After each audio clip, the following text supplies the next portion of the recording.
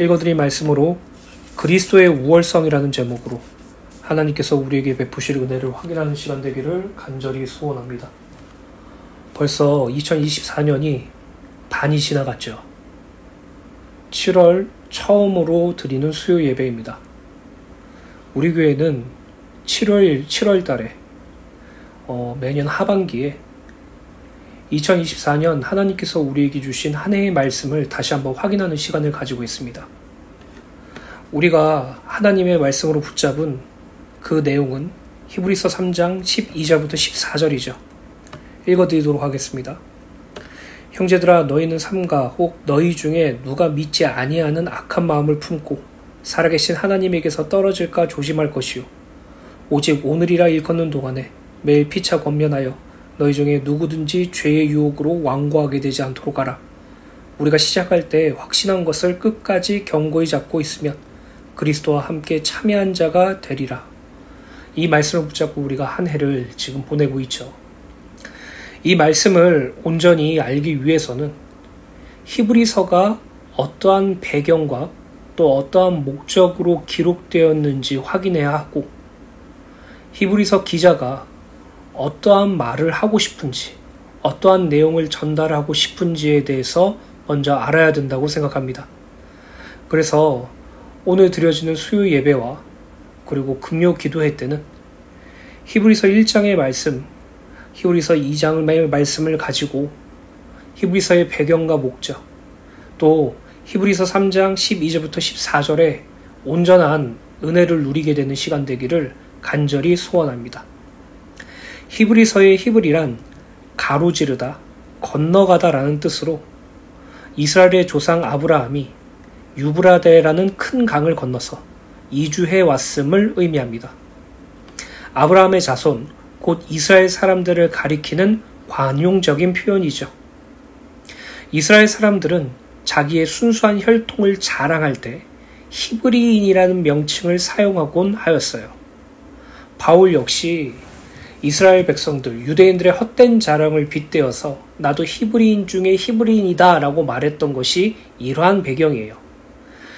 히브리서는 그리스도를 믿어 구원받은 히브리인, 즉 유대인 성도들을 대상으로 기록된 서신으로 그들의 신앙을 권면하기 위하여 기록되었죠.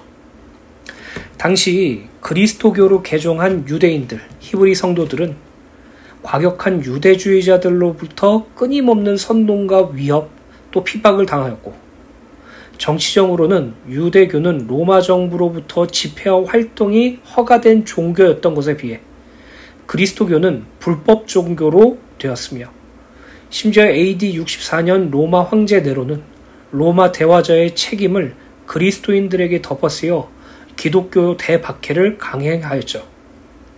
이러한 핍박과 박해에 대한 잔혹상에 대한 기억 때문에 히브리 성도들은 다시 유대교로 돌아가 합법의 울타리 속에 안주하고 싶었고, 핍박과 박해를 면하기를 원하였어요.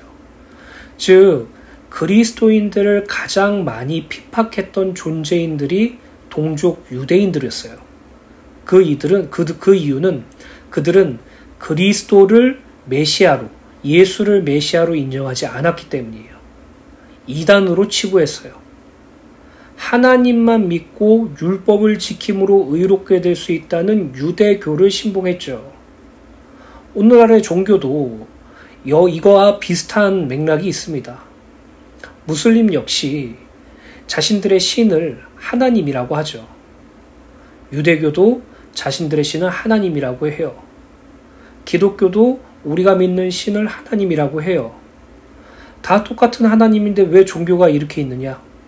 다 똑같은 하나님인데 왜 무슬림, 유대교, 기독교 이렇게 구분되느냐? 이렇게 생각할 수 있겠죠. 그러나 가장 큰 차이가 무엇이냐면은 누구로부터 구원을 얻을 수 있느냐라는 것이에요. 무엇으로 구원을 받았느냐라는 점이에요. 유대교는 하나님을 올바로 섬기고 하나님께서 허락하신 토라, 율법을 온전히 지키는 자가 의롭게 된다는 생각을 가지고 있었어요.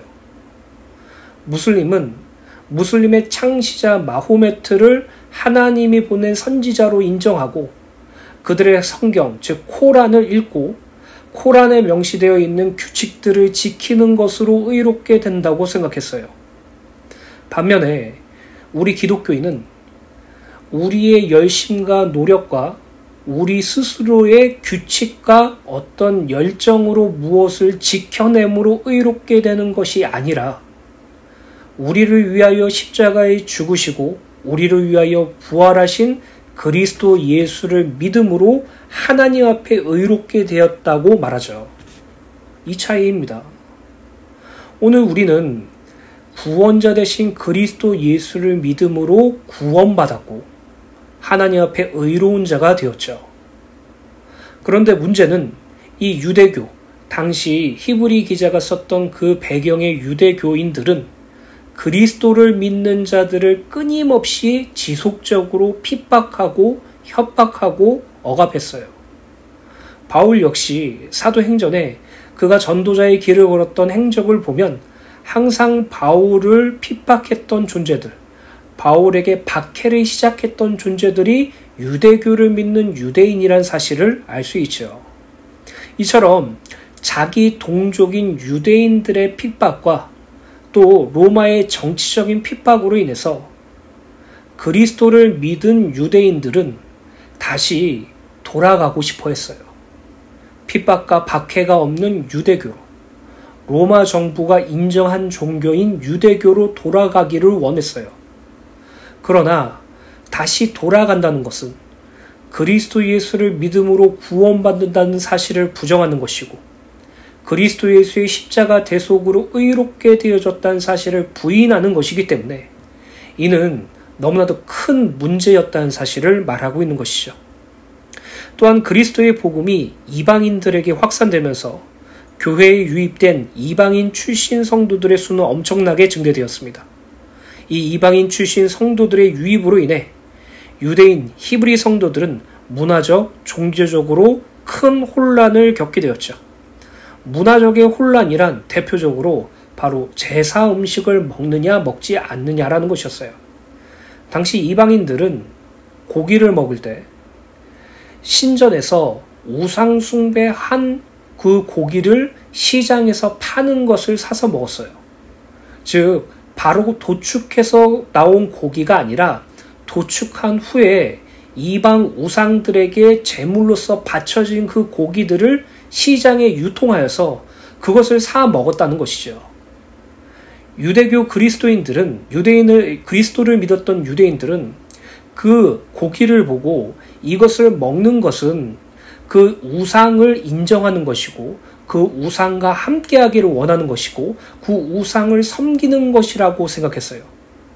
반대로 이방인들은 늘 먹었기 때문에 또 자신은 그리스도 예수로 구원받은 하나님의 백성이기 때문에 더 이상 그것은 문제되지 않는다라고 생각했죠. 이러한 생각들 때문에 크게 분쟁과 여러 가지 어려움을 겪게 되었어요. 고린도전서에 기록되어 있죠.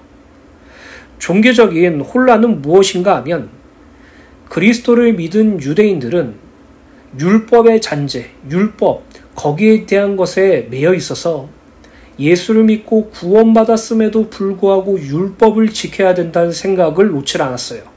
즉 예수를 믿고 구원받았는데 그래도 하나님이 주신 말씀, 하나님이 주신 율법을 지켜야지 하나님의 율법을 지키지 않고 어떻게 구원받은 자라고 말할 수 있고 어떻게 의롭다라고 말할 수 있겠느냐. 그렇기 때문에 구원을 받아도 반드시 할례를 행해야 하는 것이고 구원을 받아도 반드시 율법을 지켜야 되는 것이며 구원을 받아도 제사를 드려야 된다라고 생각했어요. 그러나 그리스도 예수께서 십자가 대속사역으로 인해 율법을 완성하셨고 제사를 성취하셨으며 할례를 마음의 할례로 우리에게 허락해 주셨어요. 그렇기 때문에 이방인 그리스도인들은 율법을 지키는 것도 할례를 하는 것도 제사를 드리는 것도 그리스도 예수의 십자가 구원 앞에서 의미가 없다라고 말하는 것이죠. 여기에 대한 종교적 혼란을 겪게 되었다는 것입니다. 그뿐만이 아니라 당시 그리스도를 믿은 유대인들은 구약 율법에 따른 각종 유대 전통들 및 제사 제도가 사라진 것에 대해 큰 상실감을 느꼈고 그로 인하여 유대인 그리스도인들은 다시 유대교로 돌아가고 싶어하는 유혹에 직면해 있었던 것이에요. 아니, 예수님이 구원자라는 것을 알겠어. 내가 예수를 믿어 구원받다는 사실도 알겠어. 근데 우리가 어려서부터 지켜왔던 율법은 그것도 지켜야 되는 거 아닌가? 왜 지키지 말라고 하지? 예수님이 완성했다고 하는데 어떻게 완성했다는 거야? 그래, 예수님께서 십자가에 죽으신 게 하나님께서 우리에게 허락하신 제사의 완성이라는 것도 알겠어. 근데 내가 어렸을 때부터 우리 유대인들이 전통적으로 드렸던 그 제사 제도를 어떻게 한 번에 없애버릴 수 있다는 거야. 차라리 예수 믿었으니까 다시 유대교로 돌아가서 제사도 드리고 율법도 지키고 하나님께서 원하시는 것들을 유대인들에게 보여줘서 유대교회도 인정받고 로마 정부에게도 인정받아서 안전하고 평안하게 그냥 살면 안 되나? 라는 마음을 갖고 있었던 것이에요. 이처럼 유대교, 옛 종교로 돌아가고 싶은 유혹에 직면한 유대인들, 히브리 성도들의 신앙을 권면하기 위해서 히브리서 기자는 그리스도의 우월성이라는 주제로 구약의 광범위한 인용을 통하여 예수 그리스도께서는 구약의 천사나 모세나 레위 계통의 제사장들보다 비교할 수 없이 우월하신 분임을 드러내고 예수 그리스도의 속죄 사역은 불완전한 구약의 제사에 비해 영원하고도 완전한 것임을 밝히고 있죠. 히브리서 기자는 이 그리스도의 우월성, 그리스도의 신분과 사역을 통해 신약의 성도들은 구약의 제사 제도를 통해서가 아니라 그 모든 것이 완성자이자 실체이신 그리스도 예수를 통해서만 하나님께 나아갈 수 있다는 것을 확실히 말하죠. 그리하여 다시 옛 종교인 유대교로 돌아가는 것은 예수 그리스도께 대한 신앙의 이탈이며 그것은 구약시대의 이스라엘의 반역과 맥을 같이 하는 배교의 범죄이기도 하고 그 배교의 결과는 구약시대의 반역자들에 대한 심판보다 더욱 엄중한 심판이라는 것을 경고하고 있어요. 즉 히브리서 기자는 예수 그리스도의 신분과 사역을 통해 왜 히브리 성도들이 예수 그리스도에 대한 신앙을 인내로서 지켜야 하는지에 대하여 예수 그리스도와 구약의 율법의 제도와 제사를 비교해가면서 설득력 있는 근거를 제시하고 있는 것이에요. 이 유대인 그리스도인, 그들이 다시 옛 종교, 유대교로 돌아가고 싶고자 하는 그 마음은 핍박과 환난 때문이죠. 그리고 옛날에 자기들이 늘 해왔던 그 규례들에 대한 향수 때문이에요. 이 말씀을 묵상하면서 저는 제 스스로도 이러한 유대 그리스도인들의 옛 종교로 돌아가고자 하는 그 육신의 본성이 내게도 남아있다라고 생각하고 있었어요. 그 이유는 무엇이냐 하면은 성경은 분명히 예수 그리스도를 위하여 살아가는 존재가 바로 우리라고 말하죠. 성경은 분명히 우리는 우리 자신을 위하여 사는 존재가 아니라 하나님을 위하여 사는 존재로 바뀌어졌다는 것을 말하죠. 성경은 이 땅에서 우리가 세상에서 성공하고 세상에서 자기를 증명하고 세상에서 자기를 영광 돌리는 삶을 살라고 명한 것이 아니라 이 땅에서 자기를 부인하고 자기 십자가를 지고 그리스도 예수를 따르며 복음을 위하여 고난을 받으라고 말하고 있죠. 이 말씀들이 우리에게 감동으로, 우리에게 은혜로 받아들여져서 아멘이라고 고백되는 것이 사실 매우 불편하기도 해요. 왜 그렇습니까? 왜 그렇게 생각할까요? 저 역시도 그랬거든요. 그래도 예수 믿고 세상에 성공도 하면 얼마나 좋아. 그래도 예수 믿고 잘 먹고 잘 살 수 있는 그 기반이 생기면 얼마나 좋아. 예수 믿고 세상에서 인정받고 사회적으로 존경받고 자기를 증명할 수 있고 자기를 영광 돌릴 수 있다면 그것이 가장 큰 축복이 아닐까라는 생각이 들기 때문이에요. 실제로 제가 어렸을 때 신앙생활을 하면 그 교회 안의 기조가 신앙생활을 열심히 할수록 하나님께서 부요함을 주신다. 교회에 열심히 다니고 전도도 열심히 하고 헌신도 열심히 하고 헌금도 많이 하고 목회자를 잘 섬기면 섬길수록 특히 교회 건축의 주체적인 자가 되면 하나님께서 그들에게 물질적인 부요를 쏟아부어 주신다라는 기조가 팽배했기 때문이에요. 그래서 그 당시에는 열심히 하면 복 받는다라는 생각에 그것을 참 동기부여로 삼아서 열심히 신앙생활을 했죠. 그러나 성경을 통하여 온전한 복음을 깨달았을 때 우리는 세상의 부요를 위해서 하나님을 믿는 것이 아니라 그리스도 예수로 말미암아 구원받았기 때문에 하나님과의 올바른 관계가 회복되었으므로 하나님을 믿는다는 사실을 알게 되었어요. 우리의 열심과 노력을 요구하시는 것이 아니라 예수를 믿는 믿음으로 이 땅에서 흔들림 없이 나아가는 것이라는 것을 알게 되었어요. 또 우리가 이 땅에서 온전하게 주를 위하여 살고자 할 때, 하나님의 뜻을 위하여 살고자 할 때 세상이 우리를 미워해서 세상은 우리를 끊임없이 핍박과 환난과 시험과 유혹을 통하여 우리를 넘어뜨리려고 한다는 사실도 분명히 알았어요.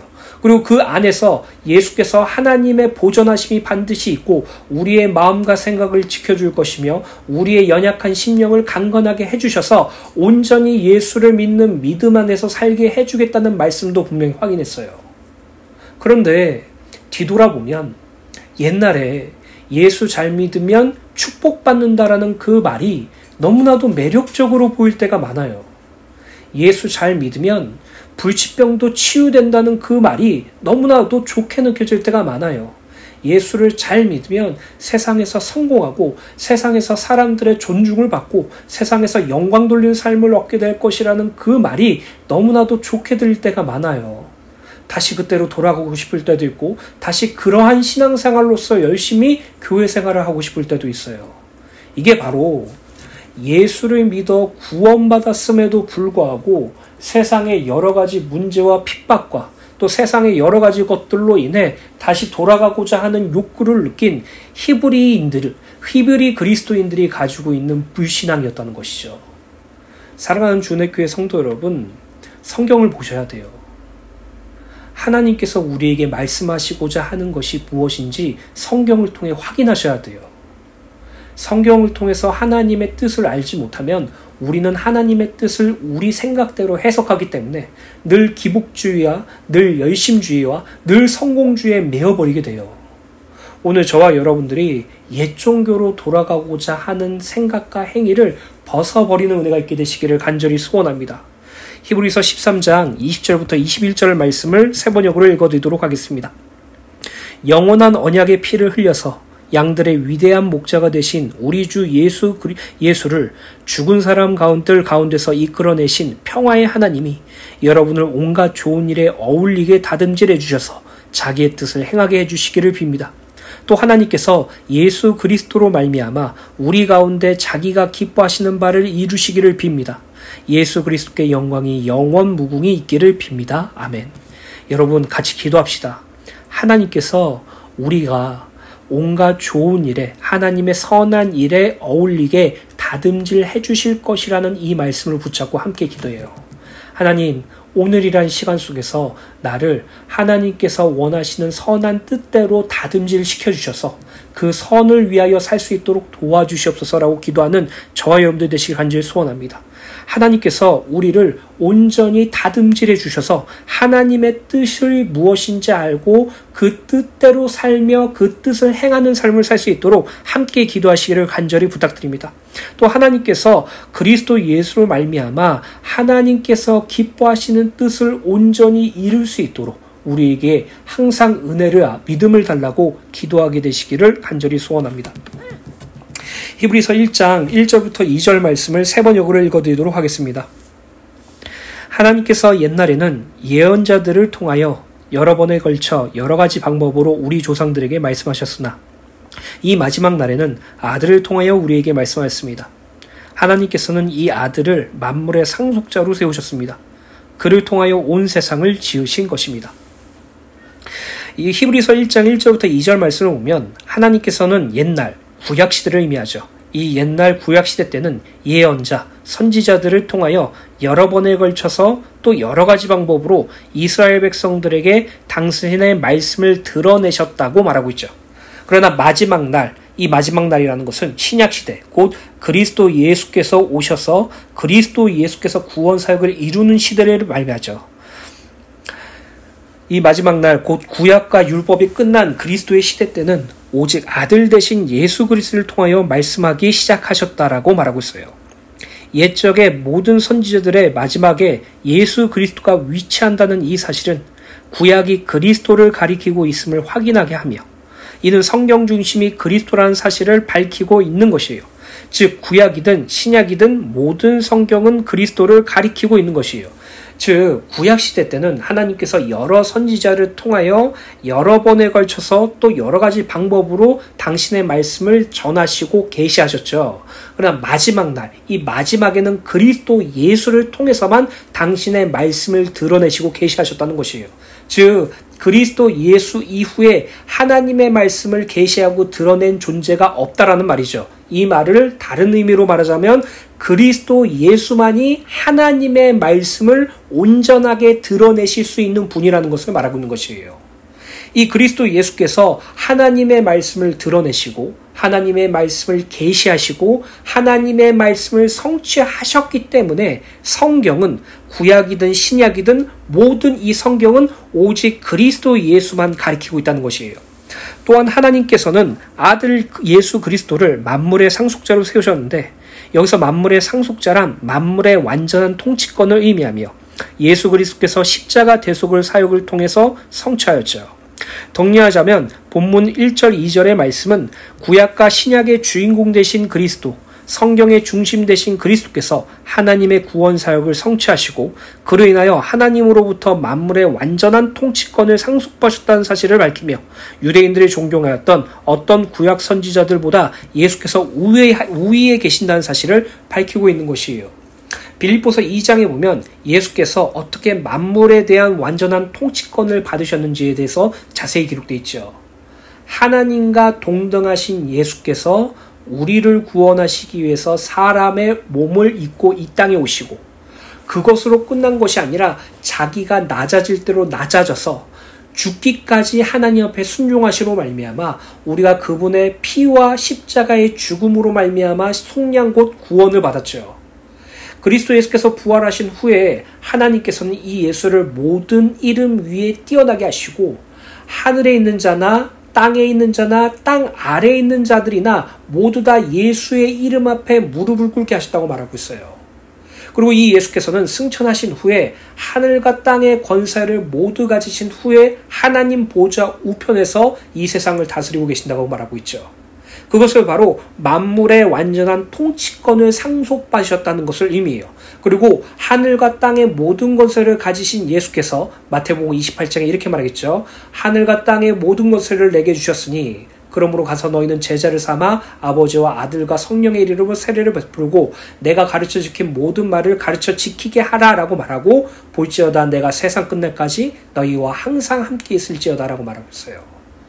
하늘과 땅의 모든 권세를 가진 만물의 완전한 통치권을 상속받으신 예수께서 지금 우리와 함께 하신다는 사실을 기억하세요.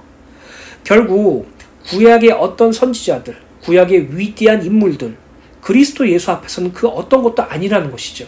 구약의 인물들, 구약의 선지자들, 구약의 제사장들, 흔히 우리가 존경하고자 하는 다윗이나 사무엘이나 솔로몬이나 여러 가지 구약의 모든 인물들은요, 그리스도 예수를 가리키는 그런 이정표밖에 되지 않아요. 결국 우리가 집중해야 될 것은 예수 한 분이라고 말하고 있는 것이죠. 히브리서 1장 3절 말씀을 세 번역으로 읽어드리도록 하겠습니다. 그는 하나님의 영광의 광채시요 하나님의 본체대로의 모습이십니다. 그는 자기의 능력 있는 말씀으로 만물을 보존하시는 분이십니다. 그는 죄를 깨끗하게 하시고서 높은 곳에 계신 존엄하신 분의 오른쪽에 앉으셨습니다. 3절을 보면 예수 그리스도는 하나님의 영광의 광채라고 기록되어 있죠. 여기서 광채를 원어로 보면 빛을 발산하다라는 발광체라는 의미를 지녀요. 과거 구약시대 때의 선지자들은 하나님의 빛, 말씀을 부분적으로 반사시킨 사람들에게 불과해요. 그러나 예수님은 하나님의 영광을 드러내는 빛의 근원이 되시죠. 고린도후서 4장 6절에 이렇게 기록되어 있어요. 어두운데 빛이 빛이라 말씀하셨던 그 하나님께서 예수 그리스도의 얼굴에 있는 하나님의 영광에 아는 빛을 우리 마음에 비추셨느니라 라고 기록됐어요. 결국 예수께서 영광의 광채라는 것은 구약의 그 어떤 선지자들도 하나님의 빛을 반사시키고 하나님의 빛을 발산하는 것이 아니라 하나님의 빛을 부분적으로 반사시키는 존재였지만 예수께서는 완전한 빛 되심으로 하나님의 영광의 빛을 우리에게 비추셨다라고 말하고 있죠. 또한 예수 그리스도께서는 하나님의 본체의 형상이라고 말하고 있는데 이는 예수 그리스도는 하나님과 일치하신다는 사실을 나타내요. 그래서 예수께서는 요한복음 14장 9절에 나를 본 자는 아버지를 보았다라고 말씀하셨고 요한복음 14장 10절에 나는 아버지 안에 있고 아버지는 내 안에 계신다라고 말씀하셨으며 요한복음 10장 30절에 나와 아버지는 하나이니라 라고 말씀하셨죠. 또한 이 예수 그리스도께서는 당신의 능력의 말씀으로 만물을 보존하시는 분이라고 고백하는데 요한복음 1장 1절부터 3절에 보면 태초에 말씀이 계시니라 이 말씀이 하나님과 함께 계셨으니 이 말씀은 곧 하나님이시라 그가 태초에 하나님과 함께 계셨고 만물이 그로 말미암아 지은 바 되었으니 지은 것이 하나도 그가 없이는 된 것이 없느니라 라고 그렇게 써요. 예수 그리스도는 능력의 말씀으로 만물을 창조하신 분이시고 능력의 만물을 보존하시는 분이라고 고백하고 있는 것이에요. 여기서 중요한 사실은 하나님의 영광의 광채 되신 예수 그리스도, 하나님과 일치하신 예수 그리스도, 말씀으로 만물을 창조하시고 보존하시는 예수 그리스도께서 죄를 깨끗하게 하셨다라는 것이에요. 우리의 죄를 깨끗하게 하셨다라는 것이죠. 죄를 깨끗하게 하셨다는 것은 성육신과 십자가의 대속을 의미하는 것으로 하나님의 영광의 광채시고 하나님과 일치하시며 만물을 말씀으로 창조하시고 보존하신 그 예수 그리스도께서 우리의 죄를 속하기 위하여 우리의 죄를 깨끗하게 하시기 위하여 이 땅에 인간의 몸을 입고 오시고 인간의 죄를 담당하셔서 십자가에 죽으셨죠. 그리고 부활하시고 승천하셔서 하나님 보좌 우편에서 앉아 계셔서 우리를 변호하시고 하늘과 땅의 모든 권세를 가지신 만물의 주권자로 우리를 다스리고 있다라고 말하고 있어요. 히브리서 1장 1절부터 3절의 말씀의 목적은 하나예요. 당시 옛 종교 유대교로 돌아가고자 하는 유대인 그리스도인들은요.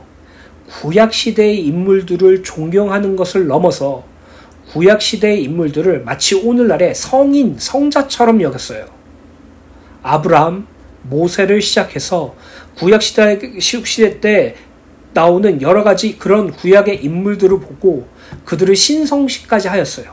그들의 말과 선지자들이 그들에게 했던 그 말을 너무나도 중요하게 여겼죠. 무엇보다도요, 예수보다 더 중요하게 여겼다고요. 그래서 히브리 기자는 히브리서 1장 1절부터 3절의 말씀을 통하여서 구약시대 때는 하나님께서 여러 선지자들을 통해서 말씀을 드러내셨지만 이제는 그리스도 예수를 통해서만 말씀을 드러내셨고 이 예수께서는 말씀을 완전히 성취하신 유일하신 구원자이심을 밝히고 있고요. 그분이 이 땅에서 온전히 하나님의 자녀로서 만들어주시는 구원의 길이 되셨다는 것을 말하고 있죠. 그뿐만 아니라 예수께서는 하나님의 영광의 간체, 하나님의 빛을 발산하는 근원, 발광체라고 말씀하시고 하나님의 말씀을 온전히 우리들에게 드러내셨다고 말하고 있고 또 하나님과 동등하고 하나님과 본체심을 말하고 있고 또 말씀을 보존하시고 창조하신 하나님이라고 증명하고 있어요. 그리고 그분이 우리의 죄를 깨끗하게 하기 위해서 십자가에 죽으셨고 부활하셔서 하나님 보좌 우편에 앉아 계신다라고 말하고 있죠. 여러분 안에 다른 복음이 들어올 때가 있을 거예요. 여기서 다른 복음이라는 것은요, 예수 그리스도보다 더 위에 있는 어떤 것들을 말해요. 예수 그리스도 위에 있는 그 무엇을 다른 복음이라고 말해요. 예를 들어서 나는 예수님을 사랑해요라고 말하지만 예수님보다 나 자신을 더욱더 사랑한다면 그게 다른 복음이에요. 예수님을 사랑한다고 입으로 고백하지만 실제 삶 속에서 내 사랑을 바탕으로 하는 모든 행동들이 있다면 그게 바로 다른 복음이라는 것이죠. 또 예수를 믿음으로 구원받는다는 이 완벽한 완전한 하나님의 그 구원 복음에 다른 것을 첨가하는 것이 다른 복음이죠. 어떻게 예수를 믿어서만 구원받냐? 착하게 살아야지, 선하게 살아야지, 하나님 말씀을 지켜야지, 하나님이 명령하신 것을 지켜야지, 그래야지 구원이 유지되지라고 생각하는 분들, 그러한 분들이 계시다면 갈라디아서를 한번 진지하게 묵상해 보시길 간절히 추천드립니다. 그것도 다른 복음이죠. 즉 그리스도 말고 그리스도 위에 있는 그 무엇을 다른 복음이라고 말하고 있어요. 지금 히브리 기자는 예수를 믿는 유대인들에게 너희들이 예수 그리스도보다 더 위에 있는 것이 옛 종교로 돌아가고자 하는 자기를 위한 삶이라는 것을 분명히 말하고 있고, 오늘날에 구원받은 성도들도 그리스도 예수 위에 다른 것들을 형성하고 만들어 놓고 있다는 것을 밝히고 있는 것이에요. 그래서 우리는 이 옛 종교, 옛 것을 하나님의 은혜로 버려버리고 오직 그리스도 예수를 믿음으로 말미암아 살아가는 삶을 살도록 말하고 있다는 것이죠. 오늘 저와 여러분들이 이 땅에 살면서 예수 그리스도의 우월성을 성경을 통해서 날마다 확인하게 되시길 간절히 소원합니다. 예수 그리스도의 구원이 온전하고 완전하며 그것 위에 다른 것이 없다라는 사실을 말씀을 통해서 확인하는 은혜가 있게 되시기를 예수님의 이름으로 간절히 축원합니다. 결론입니다. 빌립보서 2장 6절부터 11절의 말씀을 읽어드리고 마치도록 하겠습니다. 그는 근본 하나님의 본체시나 하나님과 동등됨을 취할 것으로 여기지 아니하시고 오히려 자기를 비워 종의 형체를 가지사 사람들과 같이 되셨고 사람의 모양으로 나타나 자기를 낮추시고 죽기까지 복종하셨으니 곧 십자가의 죽으심이라. 이러므로 하나님이 그를 지극히 높여 모든 이름 위에 뛰어난 이름을 주사 하늘에 있는 자들과 땅에 있는 자들과 땅 아래에 있는 자들로 모든 무릎을 예수의 이름에 꿇게 하시고 모든 입으로 예수를 주라 시인하며 하나님 아버지께 영광을 돌리게 하셨느니라. 우리 주 그리스도 예수만이 유일한 구원자이시고 우리 주 그리스도 예수만이 우리의 신앙의 모든 것이며 우리 주 그리스도 예수를 믿는 믿음으로 사는 것이 하나님께서 우리에게 요구하시는 신앙생활입니다. 이것을 날마다 기억하시고 성경을 통해서 복음과 비복음, 진리와 거짓, 빛과 어둠을 철저하게 분별하시고 날마다 복음으로, 진리로, 빛을 향해서 달려가는 저와 여러분들 되시기를 간절히 소원합니다.